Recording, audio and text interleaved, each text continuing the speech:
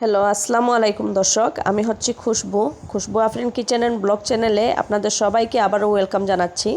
তো আজকে আমি আপনাদের জন্য আরেকটি রেসিপি নিয়ে আসলাম, সেটা হচ্ছে প্লেন পোলাও।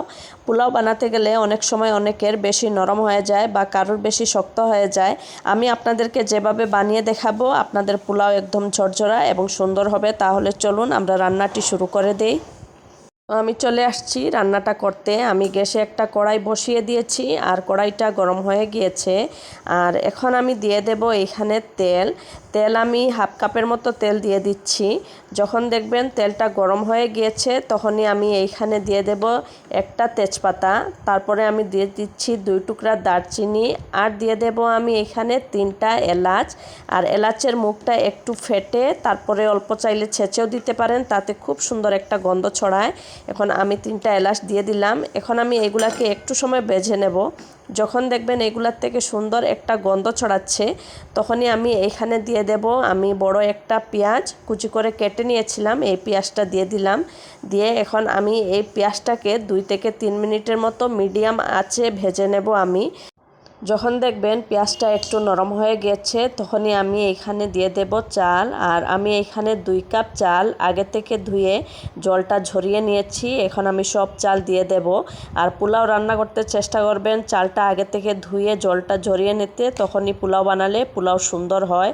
আর আমি এখন সব চাল দিয়ে আমি চালটাকে খুব ভালো করে আমি 2 থেকে 3 মিনিটের মতো ভেজে নেব। আমি গ্যাসের আঁচ মিডিয়ামে রেখে চালটাকে ভেজে নিচ্ছি। তো আমার ভাজা হয়ে গিয়েছে। আর এখন আমি দিয়ে দেব এখানে স্বাদ মতো লবণ, আর দিয়ে দেব আমি এখানে সামান্য চিনি। পোলাওর মধ্যে সামান্য চিনি দিলে পোলাওটাও খেতেও ভালো হয় আর খুব সুন্দর একটা কালারও আসে। আর এখন আমি দিয়ে দিচ্ছি 1 চা চামচের মতো আদা রসুনের পেস্ট। এবার একটু সময় নিয়ে চালটাকে ভেজে নিতে হবে। যখন দেখবেন বাছতে বাছতে খুবই সুন্দর একটা গন্ধ ছড়াচ্ছে আর চালটাও দেখবেন আরও একটু বেশি সাদা হয়ে গিয়েছে, তখনই বুঝতে পারবেন যে আপনার চালটা ভাজা হয়ে গিয়েছে। আর এখন আমি দিয়ে দেব এখানে জল। তো আমি ট্যাপের নর্মাল জল দিচ্ছি, আপনারা চাইলে এখানে গরম জলও দিয়ে দিতে পারেন। আর 1 কাপ চালের জন্য আমি 2 কাপ করে জল দেব। আপনি যে কাপটা দিয়ে চাল নেবেন সেই কাপটা দিয়েই আপনি জলটা দেবেন। আর 1 কাপ চালের জন্য 2 কাপ করে জল দেবেন। আর আমি এখানে হাফ কাপ দুধও মিশিয়েছি। তো আমি এখানে টোটাল জল দিয়েছি 3.5 কাপ, আর আমার দুধ আরও হাফ কাপ দিয়েছি। সব মিলিয়ে আমার 4 কাপের মতো হয়ে গিয়েছে। আর আপনাদের কাছে হয়তো অবাক লাগতে পারে যে দুধটা কেন দিলাম, দিয়ে দেখবেন পোলাওর মধ্যে পোলাওটা খুবই সুন্দর হয়।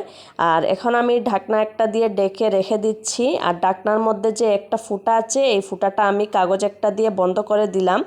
আর এখন আমি 4 থেকে 5 মিনিট অপেক্ষা করব, তারপরে আমি ঢাকনাটা তুলে দেখব। তো আমার 4-5 মিনিটের মতো হয়ে গিয়েছে। এখন আমি ঢাকনাটা তুলে দেখছি, দেখুন অনেকটাই জল টেনে আসছে আর চালটাও মোটামুটি সেদ্ধ হয়ে গিয়েছে। এখন আমি আবার ঢাকনাটা দিয়ে আর গ্যাসের আঁচ একদম কম করে 7 থেকে 8 মিনিটের মতো দমে রাখবো। আর আপনার যদি হাঁড়িটা পাতলা থাকে তাহলে একটা তাওয়া বসিয়ে দিয়ে দিতে পারেন, তাতে আপনার পোলাওটা তলানিতে লেগে যাবে না। এখন আমি আবার ঢাকনাটা খুলে আরও একবার নেড়ে দিচ্ছি। তো আমার পোলাওটা হয়ে গিয়েছে। আমি এখন চালটা চেক করে দেখব সেদ্ধ হলো কি না। এই যে দেখুন খুব সুন্দরভাবে সেদ্ধ হয়ে গিয়েছে আর পোলাওটাও খুব ঝরঝরা হয়েছে। তো হয়ে গিয়েছে আমার পোলাও। আর এখন আমি দিয়ে দেব এখানে 1 চা চামচের মতো ঘি। এখন আমি ঘিটাকে খুব ভালোভাবে পোলাওর সাথে মিক্সড করে নেব। হয়ে গিয়েছে আমার প্লেন পোলাও। এখন আমি আপনাদেরকে পরিবেশন করে দেখাচ্ছি। গিয়েছে আমার প্লেন পোলাও। আমি উপর থেকে কিছু পেঁয়াজ বেরেস্তাও দিয়ে দিয়েছি, তখন দেখতেও সুন্দর লাগে আর খেতেও ভালো লাগে। আর আমার রেসিপিগুলি যদি আপনাদের কাছে সহজ লেগে থাকে তাহলে প্লিজ একটা লাইক দিতে ভুলবেন না। আমার রেসিপিগুলি আপনার ফ্রেন্ড অ্যান্ড ফ্যামিলির সাথে শেয়ার করবেন এবং আমার চ্যানেলটিকে সাবস্ক্রাইব করবেন। আসসালামু আলাইকুম।